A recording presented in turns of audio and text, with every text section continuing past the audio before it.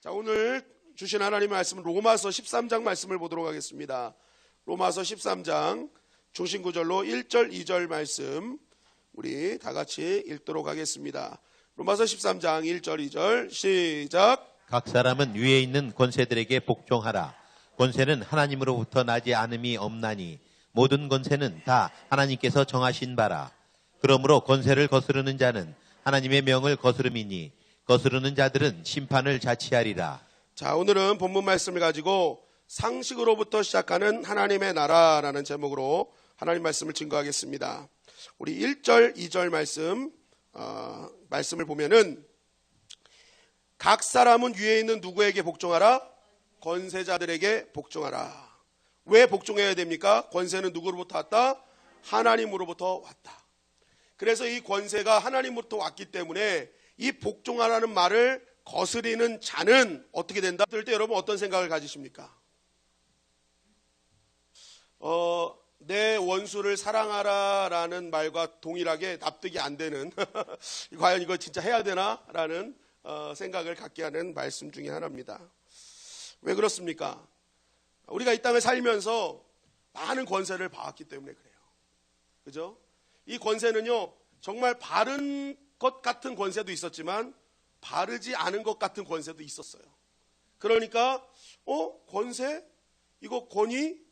이거 내가 다 순종해야 되나? 이 말씀에 진짜 순종해야 되는가? 라고 생각할 수가 있다는 거예요. 여러분, 이건 극단적인 예가 될 수 있습니다. 그런데 여러분, 만약 여러분이 북한에 있다고 가정했을 때 이 말씀이 납득이 되겠냐는 거예요. 될 수가 없는 거예요. 될 수가 없다. 쉽지 않은 일이라는 것이죠. 여러분이 극단적인 예를 들지 않더라도 우리가 그동안 살아왔던 삶 속에서 우리를 가슴이 아프게 했던 권위와 권세들이 있지 않습니까?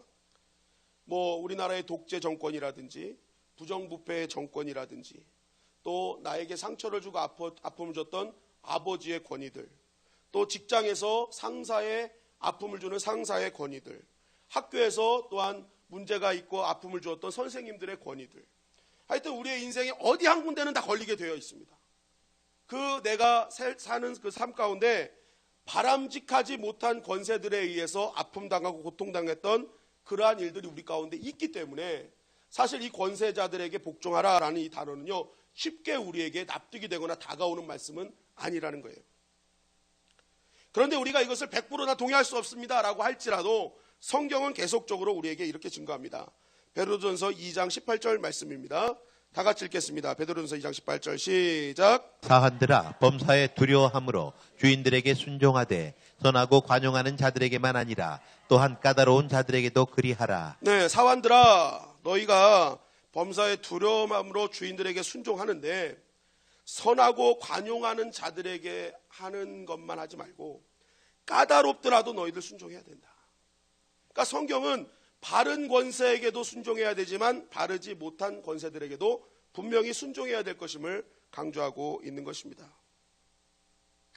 그렇다면 왜 납득이 이렇게 안 되는데 주님은 계속 권세에게 순종을 강요하고 계실까? 여러분, 이것은 우리가 쉽게 제가 좀 말씀을 드리도록 하겠습니다. 이 말씀에는요, 우리가 기본적인 신앙의 바탕이 뭔가 깔려 있다는 것을 꼭 알아야 됩니다.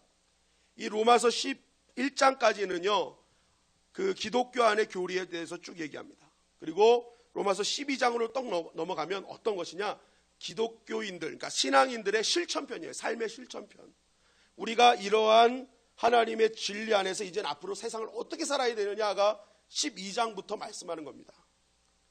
그러니까 우리가 이 땅의 성도로서 살아가야 될 모습 중에 하나가 바로 이런 건데, 여러분, 제가 주일날에도 말씀드렸지만 믿음의 사람은 세상과 구별되는 사람들입니다. 그런데 세상을 떠나서는 살 수 있다 없다? 없다. 반드시 세상 속에서 살아야 되는 존재들이에요. 세상에 들어가 빛과 소금으로 살아야 되는 존재가 성도다. 그러니까 결국 우리가 세상에서 스며들어서 어떻게 해요? 구별됨을 드러내야 되는 것이 성도의 모습이라는 것입니다. 그런데 이 성도의 구별됨은요, 어디서부터 시작되느냐? 바로 오늘 본문으로 들어갈 수 있어요. 상식으로부터 시작돼야 된다는 거예요. 여러분, 상식이 무엇입니까? 상식. 저는요, 이 세상 속의 걸 말하자면요, 체제와 질서가 저는 상식이라고 생각합니다. 체제와 질서. 하나님께서 허락하신 이 땅의 체제와 질서. 즉 권위에 순종하라, 권세에 순종하라라는 것은요, 하나님이 허락하신 체제와 질서를 깨는 존재로 살지 말라는 거예요. 그거를 내가 거부하는 것은 깨는 거예요. 하나님의 질서를 깨는 거예요. 그런데 믿음의 사람은 뭐예요? 그것을 깨는 존재가 아니라 어떤 존재다? 연합하는 존재라는 거예요. 그 안에 들어가서 이 땅의 체제와 질서를 정확하게 연합시키고 화해시키는 그러한 삶을 사는 것. 기독교인들은 분열을 조장하는 자가 아니라, 어지럽게 하는 자가 아니라, 그 어지러운 것을 오히려 접붙이는 인생을 살아가는 자가 뭐예요? 크리스찬이다라는 것을 말씀하고 있는 것입니다. 여러분, 우리가 부름받은 것은요, 분열하라고 분열받은 것이 아니라 연합하라고 부름받은 줄 믿습니다. 그래서 합력하여 선을 이루라라는 말을 말씀하고 있는 것입니다. 여러분, 그리고 우리가 이 판단, 우리가 예를 들어서 권세를 판단할 때, 여러분 실제적으로 내가 판단하는 것이 100% 다 맞습니까?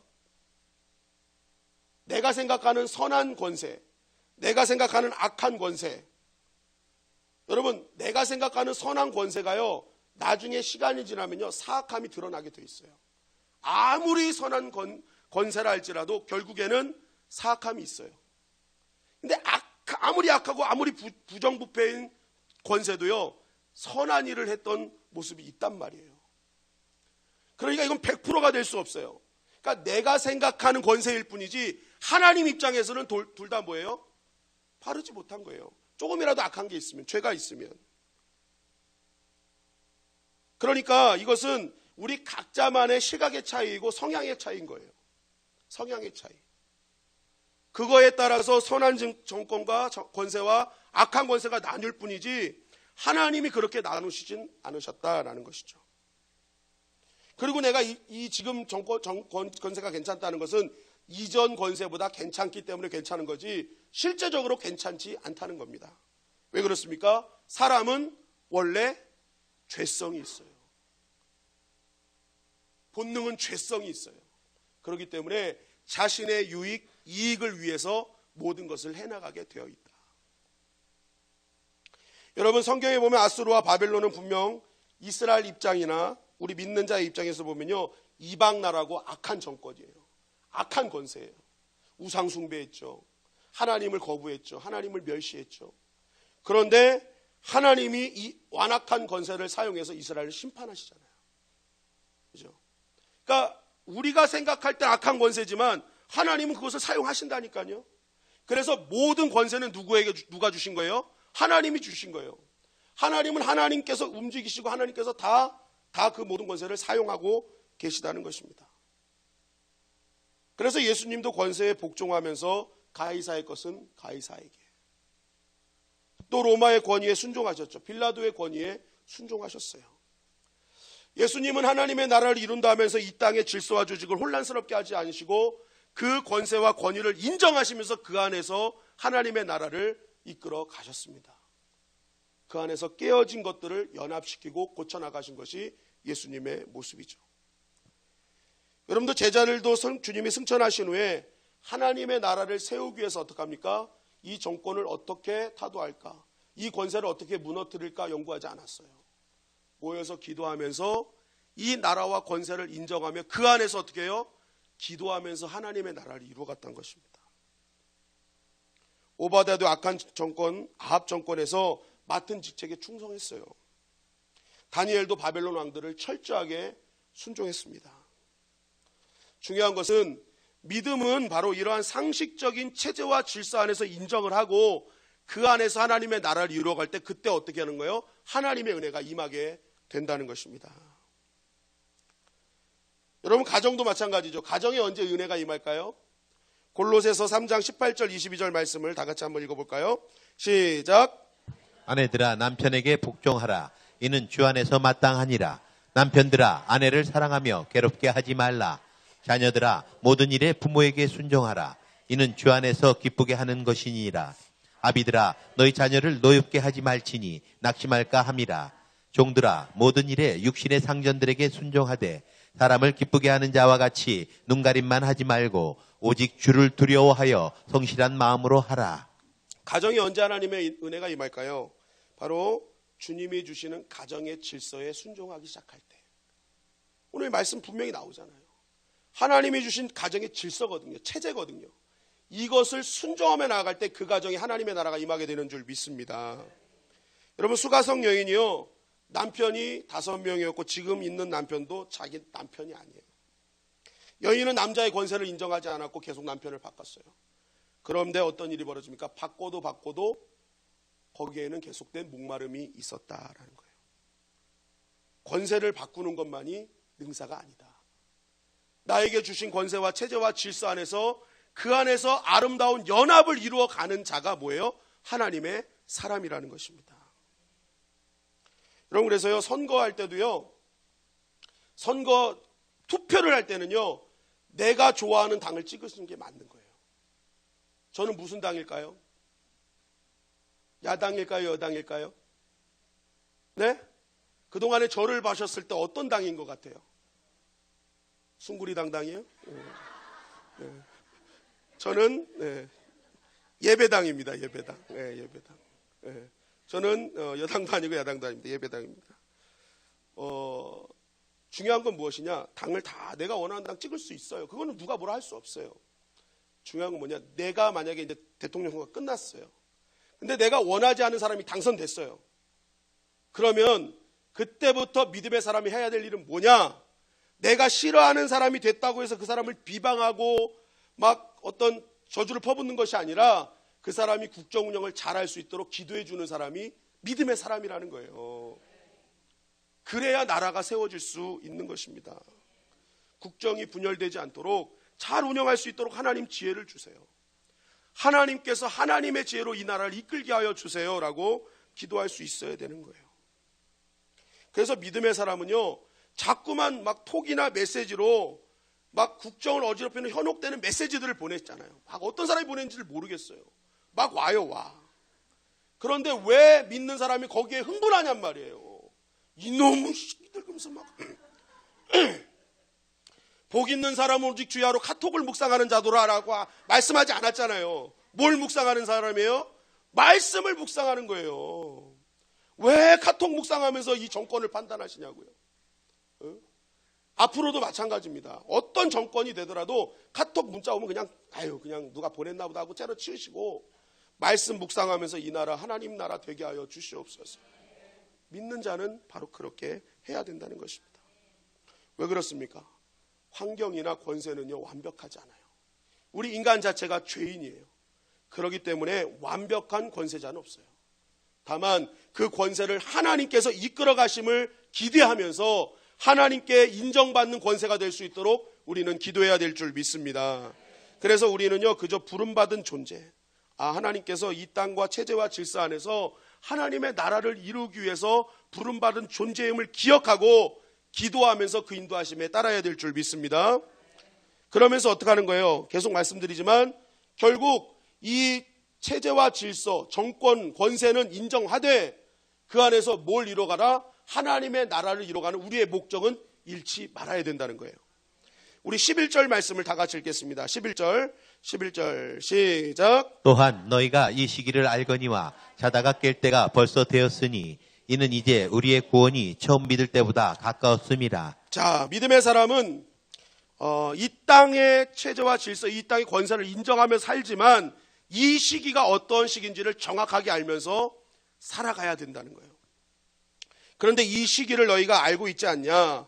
이 시기가 어떤 시기냐? 이게 이제 어떤 시대냐라고 물음받는 거예요.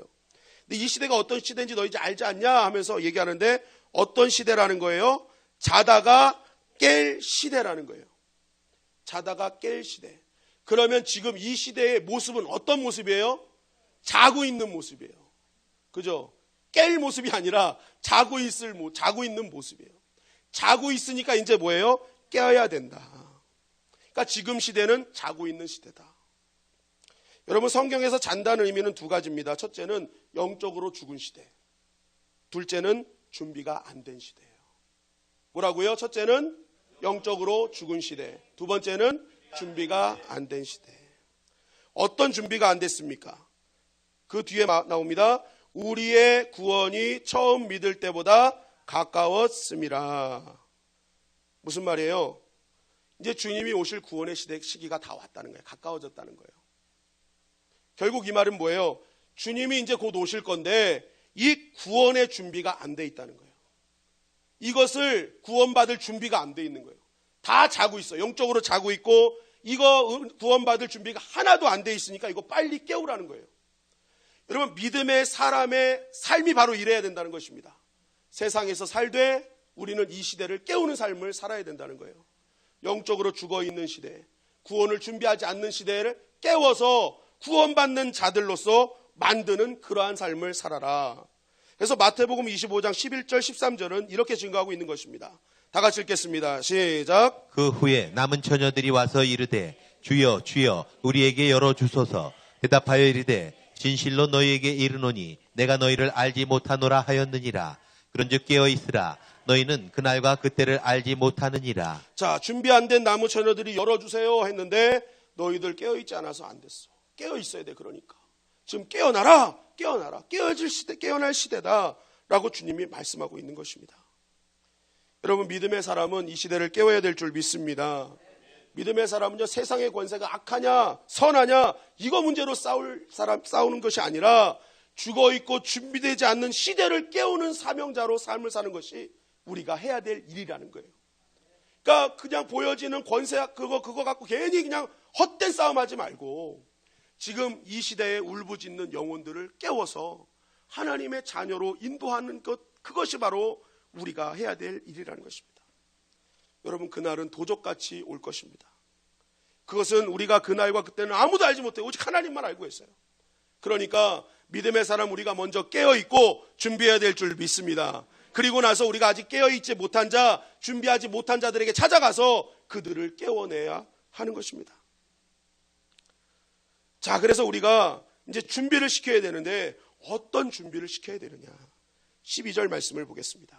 12절 시작. 밤이 깊고 낮이 가까웠으니 그러므로 우리가 어둠의 일을 벗고 빛의 갑옷을 입자. 자, 준비를 해야 되는데 어떤 준비를 해야 되냐. 깨워서 준비를 시켜야 되는데 어떤 준비를 시키느냐. 이제 밤이 깊고 낮이 가까워졌다. 구원의 일이 가까워지니까 너희가 준비해야 될 것은 뭐냐. 어둠의 일을 벗어버려야 된다는 거예요. 그거 준비하라는 거예요. 뭘 준비하라고요? 어둠의 일을 벗는 준비를 하라는 거예요. 그거 벗겨라. 그 어둠의 일이 뭐예요? 13절 말씀입니다. 다 같이 읽겠습니다. 시작. 낮에와 같이 단정히 행하고 방탕하거나 술 취하지 말며 음란하거나 호색하지 말며 다투거나 시기하지 말고. 자, 어둠의 일을 벗어야 되는데 그 어둠의 일이 뭐라는 거예요? 낮에와 같이 단정히 행하라. 이것은 뭐예요? 단정치 못한 것이 어둠의 일이에요. 방탕한 것이 어둠의 일이에요. 술 취하는 것이 어둠의 일이에요. 음란한 것, 호색하는 것, 다투는 것, 시기하는 것, 이게 다 뭐다? 어둠의 일이라는 거예요. 어둠의 일. 이거 다 벗어버려야 된다는 거예요. 지금 우리가 준비해야 될 것은 이거 벗어버려야 된다는 거예요. 여러분, 뭐예요? 단정, 품행이 얌전하고 바르다라는 뜻이에요. 단정치 못하는 거예요. 뭐예요? 품행이 얌전하지 못하다. 방탕은 무엇입니까? 어딘가에 빠져서 행실이 바르지 못한 것이 방탕이죠. 술 취함은 무엇입니까? 말 그대로 술 취한 거예요. 술 취한 거예요. 이렇게 하는 거예요. 근데 여러분, 이게 술 취한 것은요, 성경에 또 어떤 걸로 표현되냐면요, 그냥 술 취한 것도 있지만 세상에 취한 것도 말합니다. 세상에 취하지 말라. 세상의 가치에 취하지 말고 세상의 가치를 따르지 말라라는 거예요. 우리 청년 처자들이 앉아 있는데 제가 우리 청년 처자들이 세상의 가치를 따르냐 안 따르느냐 제가 평가를 한번 해볼게요. 이제 35살짜리 남자를 제가 한 명 소개하겠습니다. 어떤 남자가 더 귀에 쏙 들어온지 한번 정확하게 답을 해주시기 바랍니다. 자, 그 사람을 제가 소개합니다. 그 사람은 그 가슴에 아주 사랑과 부드러움이 있어. 남의 가슴을, 아픔을 이해해주는 그런 남자야. 자, 이렇게 했을 때 어떤 생각이 들어오는지. 자, 그리고 또 한 명을 소개합니다. 그 사람은 벤츠 타고 다녀. 어떤 것이 확 들어옵니까? 솔직하게 얘기해야 돼요. 예. 대부분 첫 번째 한 남자는 그런 남자가 있나 보다. 그죠? 그런 남자 이 시대에도 그런 남자가 있어? 둘째는 그 남자 이름이 뭘까? 목사님한테 소개시켜달라 해야지. 그죠? 확 들어오는 거야. 그러니까 우리가 지금 내가 어떤 가치로 살아가느냐는요, 아주 극단적인 예일 수 있지만 이렇게 우리가 판단되어질 수 있어요. 어느 게 나한테 확 다가오느냐, 그죠? 적극적이 되느냐. 시간이 남는다고 갑자기 시간도 없다가 남는다 그러고. 나는 어디에 가치를 두고 살아가는가? 술 취함이 바로 그겁니다. 나는 어디에 가치를 두고 살아가는가? 음탕하고 난잡하다. 호색, 여잡을 밝힌다. 다툼, 싸운다. 시기, 샘을 내서 미워한다. 이거 다 벗어버려야 된다는 거예요. 이거 벗어버려야 구원을 준비하는 자라는 거예요. 그렇다면 이것을 벗는다. 이걸 어떻게 벗어낼까요? 어떻게 이겨낼 수 있냔 말이에요. 어떻게? 여러분, 이것을 벗어내기 위해서는요, 이기는 방법은요, 성경에서 찾아야 됩니다. 자, 이 어둠에 대한 이 표현이요, 마가복음 7장 20절 23절에도 나옵니다. 다 같이 읽어볼까요? 시작. 또 이르시되 사람에게서 나오는 그것이 사람을 더럽게 하느니라. 속에서 곧 사람의 마음에서 나오는 것은 악한 생각, 곧 음란과 도둑질과 살인과 간음과 탐욕과 악독과 속임과 음탕과 질투와 비방과 교만과 우매함이니 이 모든 악한 것이 다 속에서 나와서 사람을 더럽게 하느니라. 자, 제자들과 함께 이제 사람을 더럽게 하는 것이 뭐냐 하면서 예수님이 이렇게 논쟁을 펴시죠. 그런데 이 모든 것이 뭐예요? 이 어둠의 것들이 예수님은 더럽다 표현하세요. 더럽다. 이거 더럽게 하는 거다. 아주 더러운 것들이다. 이거 더러운 거 다 해결해야 된다. 그런데 이 말씀의 연결선상에서 무엇이 나오느냐? 우리 마가복음 7장 25절은 이렇게 얘기합니다. 시작. 이에 더러운 귀신 들린 어린 딸을 둔 한 여자가 예수의 소문을 듣고 곧 와서 그 발 아래에 엎드리니. 수로보니게 여인이 딸을 데리고 온 사건이에요. 그것을 이어서 말씀하세요. 그런데 방금 얘기했던 사람의 마음에서 나오는 악한 생각, 음란, 도둑질, 살인, 간음, 탐욕, 이 모든 것이 예수님 더럽다 얘기하셨잖아요. 그런데 이것이 여기 말씀에서 보면 우리의 안에서 잘못 때문에 나오는 것 같지만 예수님은 이 악하고 더럽고 어둠의 일의 실체가 어디서 나오는지를 바로 연결해서 얘기해 주시는 거예요. 그게 뭐예요? 더러운 귀신 들린 자. 그 더러운 것이 어디서부터 나온다는 거예요? 귀신, 사단, 악한 것으로부터 나온다는 거예요. 우리 속에서 나오는 것이 아니라 이 사단은요, 거짓의 아비이기 때문에 우리가 잘못한 것처럼, 우리가 정말 수양을 덜 쌓고 뭐 덕을 덜 쌓은 것처럼 얘기해가지고 우리가 잘못한 것처럼 얘기하지만 실상은 뭐예요? 악한 것들이 지배하고 악한 것들이 속여서 우리 안에 이런 더럽게 만드는 일들을 하고 있다는 것입니다. 결국 실제적으로 우리를 더럽게 하는 건 뭐라는 거예요? 우리를 어두움의 길로 인도하는 건 뭐라는 거예요? 악한 영들이라는 거예요. 사단과 마귀와 귀신들이라는 거예요. 즉 이러한 모든 어둠의 일들은 내부에서 생기는 것이 아니라 외부로부터 온다. 그러면 이 어둠의 것들을 벗어버리는, 이기는 자가 되기 위해서 뭐예요? 이것들과 싸우는 것입니다. 이 더러운 것들을 주는 것들과 싸워내는 자가 되어야 한다는 것입니다. 그러면 이것들과 싸울 수 있는 무기가 있단 말이에요. 무엇으로 싸워야 되냐는 거예요. 14절 말씀입니다. 14절 다 같이 읽겠습니다. 시작. 오직 주 예수 그리스도로 옷 입고 정욕을 위하여 육신의 일을 도모하지 말라. 자, 이것들과 싸우는 것은요, 뭐 우리가 막 다른 걸로 싸우는 것이 아니라 뭘로 싸워야 된다? 예수 그리스도로 옷 입어라 라는 거예요. 너희가 이 악한 것들, 외부로부터 오는 더럽게 하고 어둠의 일을 하게 하는 악한 것들과 싸울 수 있는 유일한 무기는 예수 그리스도로 옷 입는 것이다. 그래서 갈라디아서 3장 27절은 이렇게 증거해요. 누구든지 그리스도와 합하여 세례를 받은 자는 그리스도로 옷 입었느니라. 그리스도로 옷 입은 사람이 누구예요? 예수님과 합한 자라는 거예요. 그러니까 예수님과 합해진 자, 그게 그리스도로 옷 입은 자다.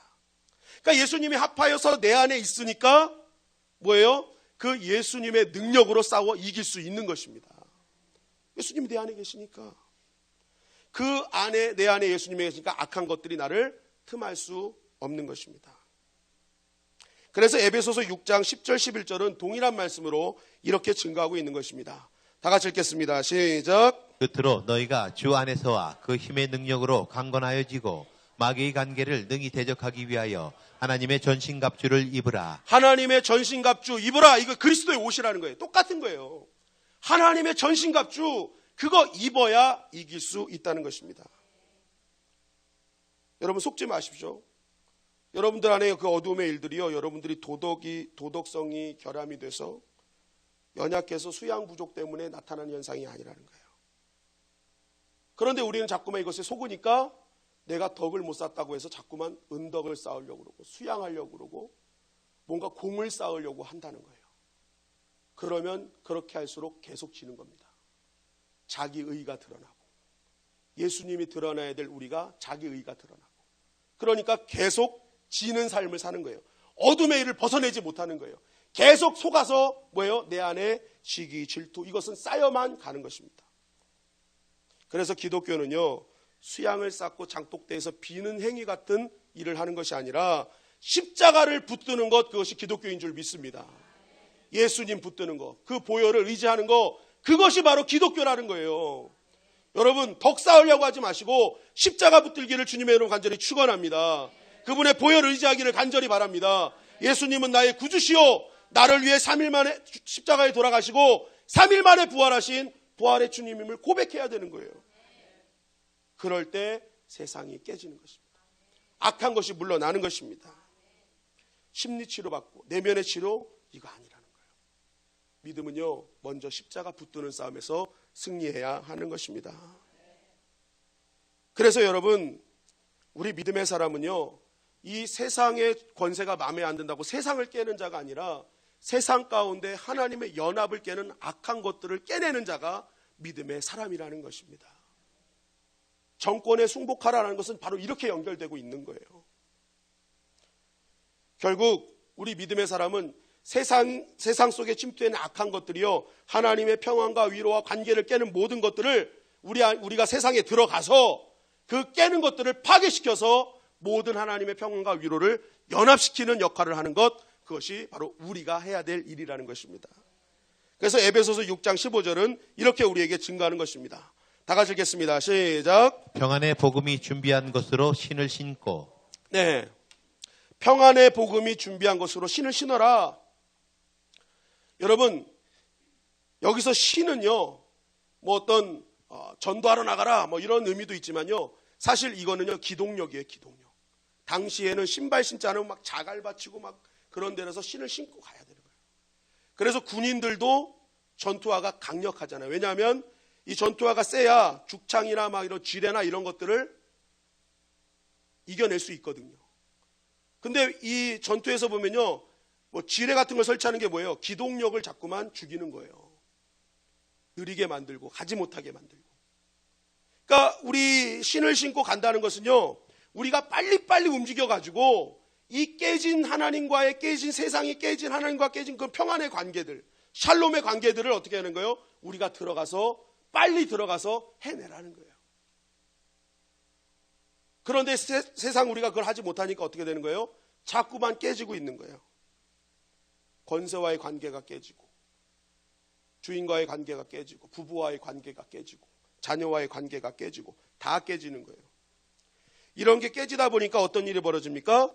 계속 우리 안에는 낙심과 절망과 공포와 두려움이 생기기 시작되는 거예요. 그래서 예수님이 부활하신 다음에 제자들에게 나타나서 뭐라 하셨습니까? 내가 너희에게 뭘 준다? 평안을 주노라. 제일 먼저 예수님 평안을 주시는 거예요. 깨어진 관계를 회복시키는 주님의 모습. 너희들 네가 해야 될 일이 이거다. 이제. 세상에 들어가서 악한 것들이 깨어놓은 그러한 가운데 두려움과 낭만과 절망에 있는 그 사람들을 하나님의 복음으로 연합시키고 그들에게 평안을 선포하라. 그들이 그래서 더 이상 우리를 움직이지 못하게 하는 그 악한 것들을 너희들이 다 파괴해라. 실제적으로 로마 시대에 주인이 저녁에 바깥에 돌고 있는데 하인들이 막 수근수근하면서 자기 이름을 얘기하더라는 거예요. 그래서 이것들이 나한테 무슨 얘기를 하는 거야? 하고 그러기 싹 들어봤더니 그 하인들이 모여가지고 주인의 이름을 부르면서 주인을 칭찬하고 그 주인을 축복기도 해주더라는 거예요. 그래서 그 주인이 그의 그 소리를 듣고 예수님을 믿기 시작했다라는 얘기도 있습니다. 뭐예요? 우리의 인생은 평안을 이루는 자다.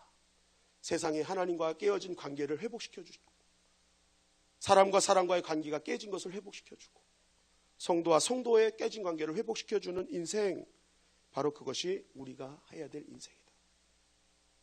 주신 세상 갖고 탓하는 것이 아니라 하나님의 나라를 이루어가는 것. 여러분, 그래서 출애굽기 1장에 보면 히브리 산파들도 바로 왕에 순종했지만 하나님의 나라가 깨어지는 것에 대해서는 순종하지 않았잖아요. 그죠? 오히려 살렸잖아요. 살리고. 다니엘도 바벨론 왕들에게 순종했지만 하나님의 나라가 깨지는 것은 순종하지 않았잖아요. 끝까지 하나님의 나라를 지켜나갔단 말이에요.